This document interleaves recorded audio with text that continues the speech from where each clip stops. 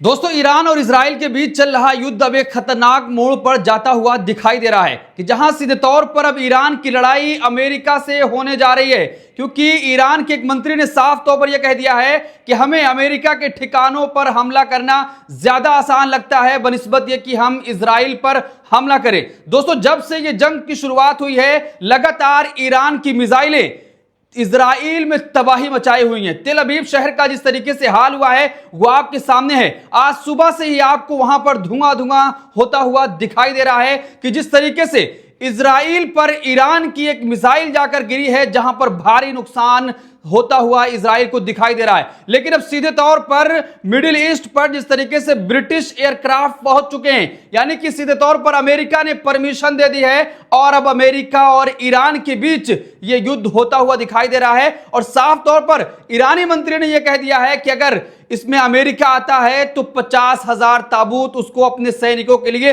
तैयार रखने होंगे। यानी सीधे तौर पर अब लड़ाई ईरान और अमेरिका के बीच होने जा रही है।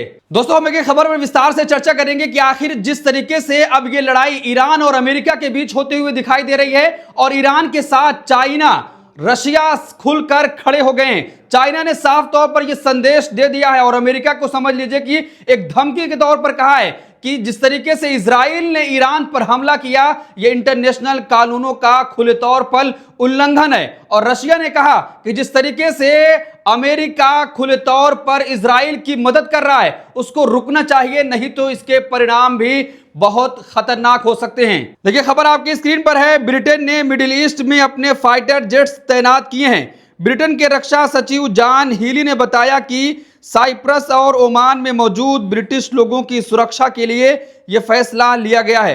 हीली ने आगे कहा कि इनका इस्तेमाल सहयोगियों के लिए भी किया जा सकता है। यानी कि अमेरिका के राष्ट्रपति और ब्रिटिश के नेता से बातचीत हुई, उसके बाद ये जब हरी झंडी मिली है तो वहां पर एयरक्राफ्ट को भेजा गया है। अब साफ तौर पर ये मैसेज आप समझिए कि अगर ईरान और अमेरिका के बीच की जंग होती है तो अमेरिका के मंत्री ने जिस तरीके से खुलकर कहा कि 50,000 सैनिकों के ताबूत का इंतजाम अमेरिका को कर लेना चाहिए। देखिए, ब्रिटेन के प्रधानमंत्री ने इससे पहले अमेरिकी राष्ट्रपति डोनाल्ड ट्रंप और इजराइल के प्रधानमंत्री बेंजामिन नेतन्याहू से बात की थी, क्योंकि इजराइल ने शुक्रवार की सुबह ईरानी सैन्य परमाणु ठिकानों पर हमला किया था। ईरान ने शुक्रवार रात से शनिवार तक इजराइल पर ड्रोन और मिसाइलों की बौछार करके जवाब दिया है। लेकिन जिस तरीके से यहां पर ब्रिटेन को यह इजाजत दी गई कि आप अपना एयरक्राफ्ट भेजिए, अब उसके बाद ईरान के मंत्री ने जिस तरीके से बयान दिया है, कहीं ना कहीं अमेरिका के लोगों की अब हालत और खराब होने जाएगी।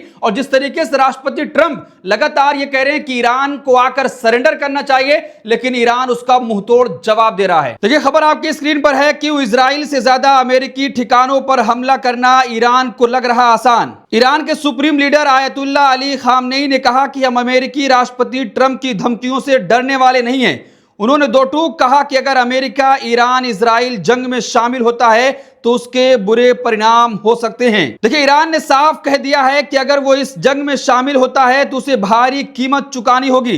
कुछ दिन पहले ईरानी संसद की नेशनल सिक्योरिटी कमेटी के डिप्टी चेयरमैन महमूद ने अमेरिका पर पलटवार करते हुए कहा, हमारे लिए अमेरिका के सैन्य ठिकानों पर हमला करना इजराइल पर हमले से भी आसान है। अगर अमेरिका ने ईरान पर हमला किया तो उसे अपने सैनिकों के लिए 50,000 ताबूत तैयार रखने होंगे। देखिए, महमूद के इस बयान पर आज तक ने लिखा है कि उनका ये बयान कोई हवा में दिया गया बयान नहीं है, बल्कि इसके लिए अगर हम तथ्यों पर गौर करेंगे तो काफी हद तक उनकी बात सही साबित होती दिखती है।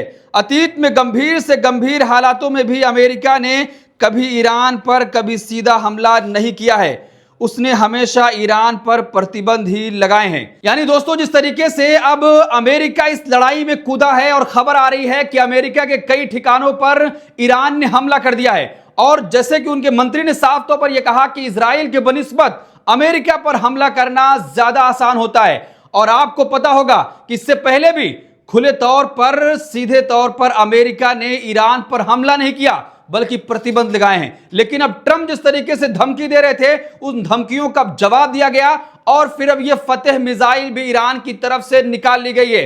हम फतेह मिसाइल की भी चर्चा करेंगे कि आखिर वो कितने दूर तक मार सकती है और उसकी कैपेसिटी कितनी है, और एक अलग तरीके की हथियार अब ईरान में निकाला गया है, उसका मतलब क्या है अब मैं आपको वो भी दिखाऊंगा। लेकिन पहले फतेह मिसाइल की बात करते हैं कि आखिर इसका नतीजा क्या निकलेगा और कितने दूर तक ये मार कर सकती है।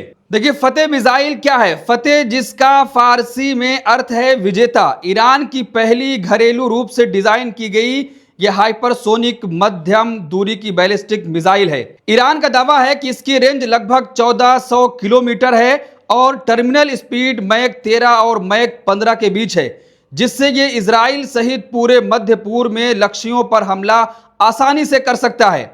फतेह कितनी तेजी से और कितनी दूर तक पहुंच सकता है। तेहरान का दावा है कि यह मिसाइल ध्वनि की गति से 15 गुना अधिक गति प्राप्त कर सकती है और 1400 किलोमीटर तक की दूरी तय की जा सकती है। इसकी मारक क्षमता के दायरे में अमेरिका और इजराइल सैन्य ठिकानों सहित रणनीतिक लक्ष्य भी आ सकते हैं। दोस्तों पूरी तरीके से अब फतेह मिसाइल ईरान ने निकाल ली है और क्षमता भी बता दी है कि कितने दूर तक मार कर सकती है और उसकी गति कितनी होती है। तो साफ तौर पर आप अंदाजा लगाइए कि जो खबर आ रही है निकल कर कि ईरान ने अमेरिका के कई ठिकानों पर हमला किया और जिस तरीके से ईरान की मिसाइल इजराइल में जा रही थी उसको अमेरिकी एयर डिफेंस सिस्टम ने मार गिराया। उसके बाद से लगातार ईरान ये कह रहा है और जो दोनों देश हैं चाइना और रशिया भी कि ईरान के साथ मिलकर अमेरिका को खुले तौर पर धमकी दे रहे हैं कि जो आप साथ दे रहे हैं उसके परिणाम आपको भुगतने होंगे। देखिए अगर सुबह के हमलों की बात करें, जिस तरीके से ईरान ने सुबह सुबह तेल अवीव पर हमला किया, आपको हर जगह तेल अवीव में धुआं ही धुआं दिखाई देगा। ये वीडियो आप देखिए कि साफ तौर पर इसमें नजारा आपको दिखाई दे रहा है कि अभी तक जो इजराइल गाजा में और ईरान में तबाही मचाए हुआ था, लेकिन अब ईरान की मिसाइलें इजराइल के शहर में लगातार तबाही मचाई हुई है। तो दोस्तों अमेरिकी राष्ट्रपति ट्रंप के हर बयान का जवाब ईरान के सुप्रीम लीडर आयतुल्लाह अली अल खामनेई ने साफ तौर पर दिया कि अमेरिका उस देश को डराने की कोशिश कर रहा है जो मौत से डरता ही नहीं है,